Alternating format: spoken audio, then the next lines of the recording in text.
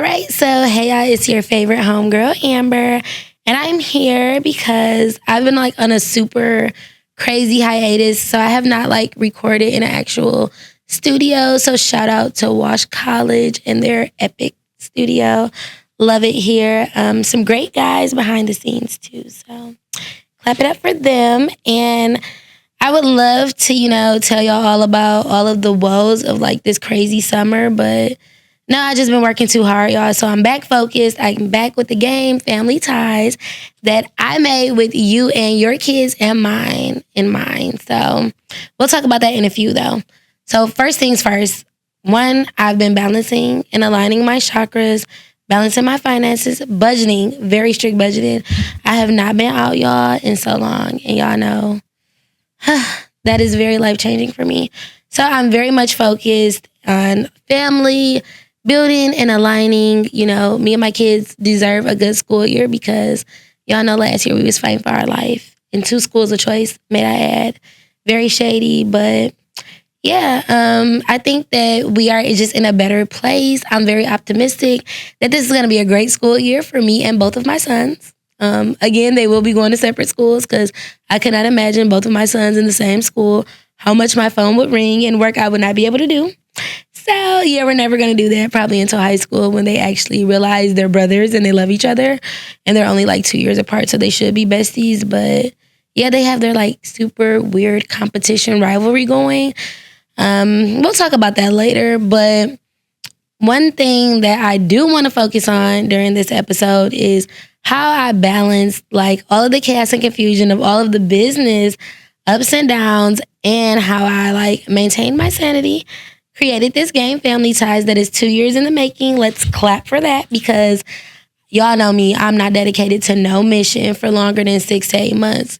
I tell y'all all the time, like if I don't become a millionaire in 6 to 8 months this time, I am going to try again. But for the most part, I don't want to try again. So make sure y'all click the subscribe, turn on your notifications, and most importantly, click the link in my bio to purchase Family Ties because I think that you deserve this game, your children deserve this game, and Family Ties definitely deserves a seat at your dinner table this fall. So please make sure that you always, support me so I can continue to do the work that, God has blessed upon me with repairing your family and minds at the same time. So us single mothers do not lose our minds because I know that we are close to the edge. Every time you have to ask your child to do something more than 3 times, especially when you ask nicely, that's been like a pain point in my household all summer. So keep me in prayer, guys, because yes, I think that my 10-year-old is single-handedly trying to make me lose my mind. And I just can't let a 10-year-old win. So I guess we're going to just be going at it this fall. Or hopefully he'll get it together and realize that the dictatorship of motherhood will not allow me to allow him to continue to be like out of control like this. So fingers crossed, I'll update you guys. The first is not the worst because he's definitely an angel at times. But the first is, I feel like, the most resilient. They should go to law school automatically because the way they're going to argue with their parents should be studied. Very much so. So I definitely hope my son goes on to law school and becomes a lawyer because either that or a great debater because, yeah, the way he argues with me, I need a dissertation written about it. And hopefully he can in 20 years or so. But, okay, enough about me and my kids. I know that it's back to school season. So I know that you guys are probably overwhelmed, stressed out. The kids are probably still trying to stay up past their bedtimes, playing video games or on electronics. So one hack I can give y'all is please set up those parental controls on your kid's device. When I was a cell phone mom, which y'all know I'm so far delivered and removed for that, thank goodness. Thank goodness. But all of my kids are currently begging for phones and I'm like torn. I'm like super torn because a part of me does want the phones because a lot of kids are coming up missing, y'all. So I keep like battling with myself because I'm like, they need phones. And then I'm like, we didn't have phones in the 90s and we were just fine. But I do realize it is a different time because 2024 is completely different. We paying $6 for eggs. Well, not me, I'm vegan, but y'all are paying $6 for chicken eggs, which is super crazy. But I'm not here to judge what's on y'all plate, so I'm not gonna do that. But $6 for eggs is really crazy. I remember when the eggs was 99 cents. So I think y'all need to go buy y'all some chickens or stop eating eggs because that is just crazy. But either way, I do feel like cell phones are kind of necessary unless you're a mom like me who's committed to, a no electronic household in 2024. But that's only so they can play my game, Family Ties, with me, their mom. So yeah, but anywho, long story short, I do want you guys to know that I'm not super against cell phones. So you might see my children with cell phones, but we have to just get so many other things in order, like behavior, smart miles, staying up past our bedtimes. All of these things that contribute to them not getting a phone would have to be like completely non-existent, which I don't think is going to happen, fingers crossed. But they might, do a 90-degree angle on me and, become completely different kids. Who knows? 3 phone bills in 1 month is crazy. So just pray for me, y'all, and hope that my kids don't get it together and I don't have to buy like 3 phones for Kwanzaa this winter. So yeah, that is my hope, that they don't get it together, but do get it together, but not enough to where I'm willing to grant them a cell phone. So that's like my hacking trip. Set up the parental controls, set up screen time. Y'all kids are going blind, so make sure you take them to the eye doctor and check on their vision. I took my kids to the eye doctor and the eye doctor was truly amazed. That speaks volumes, guys. Please take your kids to get their eyes checked out. It's very important. It's also essential. And with all of this screen time, y'all kids are definitely going blind. So please get the kiddos some glasses or contacts. Y'all know I'm a contact advocate because, I don't even remember like wearing glasses anymore. I don't remember those days, but I'm an advocate for contact lenses if your child is super clean and super responsible. You can gauge that and see how responsible and how your child reacts to certain situations if you purchase Family Ties. So again, make sure you guys do that. We actually do have a theme, responsibility and listening, that can kind of gauge if your child is ready for contact lenses. But I do want you guys to start taking your kids to the eye doctor because as a single mom, y'all know I don't be having time. So taking all 3 of my kids to the eye doctor was crazy. And the way that man wanted to talk to me forever was even crazier. That leads me again to believe y'all don't be taking these kids to go get their eye exams. Please do that. Please. It's very important and it's essential. So make sure y'all sign them up. And while y'all at the dentist too. Because every public school does not have a mobile dentist. So please take your kids to the dentist. It is like your duty to give y'all children a childhood they don't have to recover from. Y'all do not want to be the parents that when your kids are grown, they hate their mom or dad. So do better. It is my job to help y'all know better so y'all can do better. Because one thing I am very passionate about, y'all know, is access and knowledge. So I always want to provide y'all with the access and knowledge. Y'all gonna do what y'all want to do because y'all do that anyway. But at least y'all can make an informed decision on what you should do based on my highly suggested and super recommended tips. Look, I'm just trying to help y'all get through life and don't make the mistakes I made. Don't make the mistakes I made. Having 3 kids was crazy and them all being 3 under 3 crazier. And I really thought that as they got older, it would get easier. No. Having a 7, 8, and 10-year-old is 0 out of 10. Wouldn't recommend. Wouldn't trade them if I could, though. So there's that. They're the motherhood is the best and worst thing that happens to you simultaneously at the same time. So let me explain. I love my kids to death, but I definitely think they're going to drive me to an early grave. So it's kind of one of those things. It's a job you can't quit. I think that's what I don't like about it because y'all know I can't keep no job because once the job stopped working for me, I stopped working for them. And then here I am, an entrepreneur.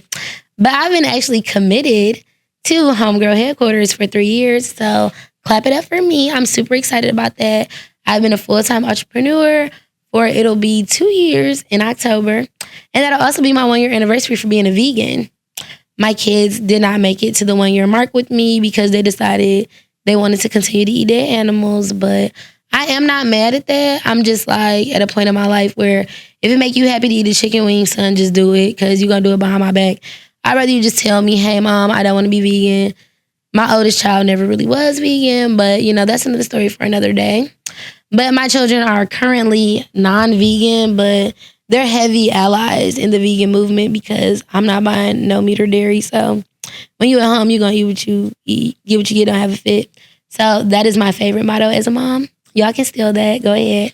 But, yeah, so I have a lot of like anniversaries coming up, so I'm super excited about that. And I may or may not put Family Ties on sale to culminate my 1 year anniversary. We'll see. I'll keep y'all posted, but make sure y'all, click the subscribe so y'all can stay notified on if this game is going to go on sale or not. We shall see. Okay, so I really don't want to talk about this, but in light of the new school year, I feel like it is very important to discuss navigating co-parenting. Y'all know, everyone thinks like, hey, all your kids have the same dad, yay. It's like, no. It is not the luxury y'all think it is. I really should have tried 3 different times. Maybe got married 3 different times, 3 different people. I don't know. The 3-in-1 is just not, it's not the best. It's not the worst thing, but it's also not the best thing. And I'm going to tell you why. So me and my 10-year-old have been like going back and forth, y'all know, for quite some time, just differences in opinion. And my boy has a very strong personality. I don't know where he got that from. But yeah, we have we've been like butting heads for like the last 1.5 years-ish. Cause he's really at the age where he's like, I want to live with my dad. And he remembers me and his dad living together. So I don't know why kids remember the darndest things, but whatever. So I did reach out to dad like, hey, I don't really care for your parenting style, but in efforts to not be a controlling helicopter mom, I am open to you getting our oldest son, since he doesn't want to live in my home and follow my rules, for the school year. I thought this was going to be a very promising situation, guys. I swear I did. I went into this very optimistically, very responsibly, very mindful of the fact that me and my kid's dad don't get along, but willing to put aside my differences with the adult for the best interest of the child. Keep in mind, this only works when both adults are in this place. So me and my child's father have not been in the same place for about 7 years. That is why we broke up. But that is another story that I would definitely need a cocktail or 10 for. So anyways, we'll stick to the script. So he's like, okay, I'm just going to get him. So in my head, I wanted to go out for drinks, but I was working too hard and way too busy. I could not squeeze cocktails into the schedule that was very much packed. So I could not celebrate this. Then in the back of my mind, I'm like, Amber, do not get your hopes up thinking this man is about to get this baby for a whole school year. It's not going to work. So optimistically, I'm like, okay, we're going to do this. We're not going to control the narrative because that is what your son and his father want you to do. And one thing about boys, they love their fathers. So I'm being bullied at this point. So I'm like, okay, don't be a control freak. Just let it ride. Just drop them off. I drop them off. Package is delivered. I'm consciously waiting by my phone. I'm like, oh my goodness. What is going to happen? Am I going to get a call? Is he coming back? is he staying?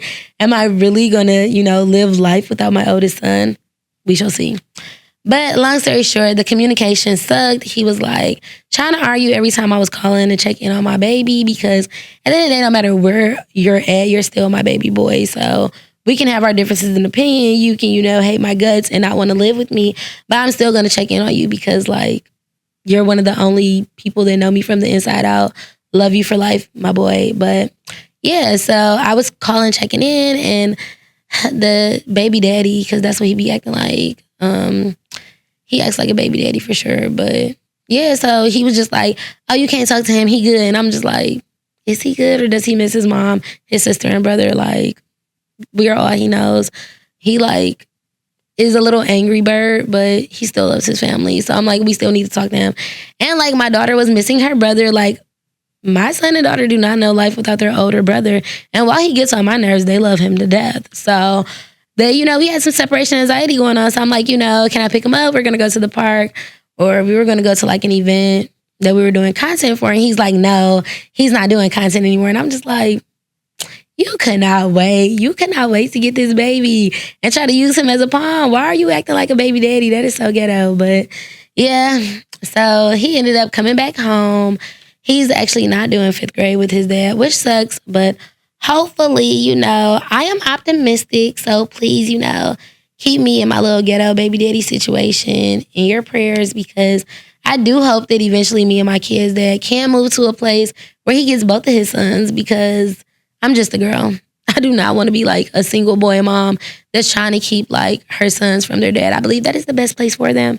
Yeah, like sharing the bathroom with boys is like so ghetto. Me and my daughter do not recommend. So I do hope that eventually, all jokes aside, me and my kids that do get to a place where we're able to effectively communicate, and there is some restorative justice. Like I feel like we were young, we were kids.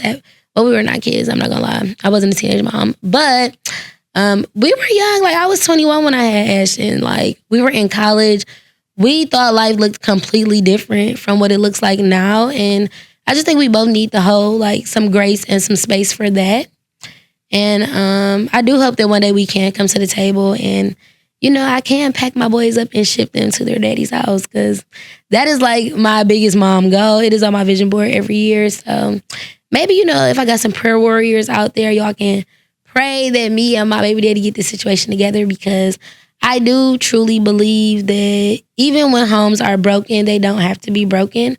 I do believe we are stronger together, and honestly and truly, I do think that he is missing out on like pivotal moments that we cannot get back from our kids, like graduations, culmination ceremonies, all those types of things, birthdays. And I'm like, I would hate for my kids and him to look back and just be like, dang, y'all really just couldn't come to the table and, agree to disagree and do what was best for us. That's the mark I want to leave because I always want to push like for super good communication across the board. And I do try to be mindful and have grace. And I'm working on creating space for that man, that strange man. I'm working on creating space for that man to be a father to his children because nobody wins when the family feuds. Like, I know y'all love Jay-Z and he said that, but I really feel like there is some truth and some real depth to that. Like, nobody wins when you and your baby daddy or baby mama are like at odds. Like, do what's best for the kids. And so I'm trying to like move in my children's best interest. That is one of the like best things family therapy has taught me. Like, move in the best interest of your child. Like, when it comes to your child, do what's best for them. You got to move. Like, that pride, that ego as parents have. Like, oh, he cheated, he did me right. Nobody cares. Like, everybody have a sad story. Or everybody can think back to a sad moment or a moment where they had to, channel their kindness in their heart, the empathy in their soul, the resilience in their minds. Like, and I just really feel like we do a disservice when we are quick to forget, like, who we are. And we just have to stay grounded in that. Like, the world gonna convince you that you are everything but a child of God. And the world is also going to try to convince you that you are everything but what you want to be. So it's just very important to stay rooted in who you are. And the world is going to turn you every which way but loose. So it just makes more sense to just spread positive, like, love and joy and community, because I do believe that when your focus is aligned with your purpose, you can do great things. So if you keep that in mind and lead with that, I just truly think that, one, the world will be a better place. And two, I think that if each one can teach one, then maybe we all can reach one. That's like my favorite saying in building community. And I think community is very important. For anything that anyone is doing, we need to build community. So hopefully I can build a community with moms, and you guys can build community with your children and other moms. And, we can change this whole thing around. Like, we can build community, build like infrastructure, and get back to, finding that third space for parents and kids.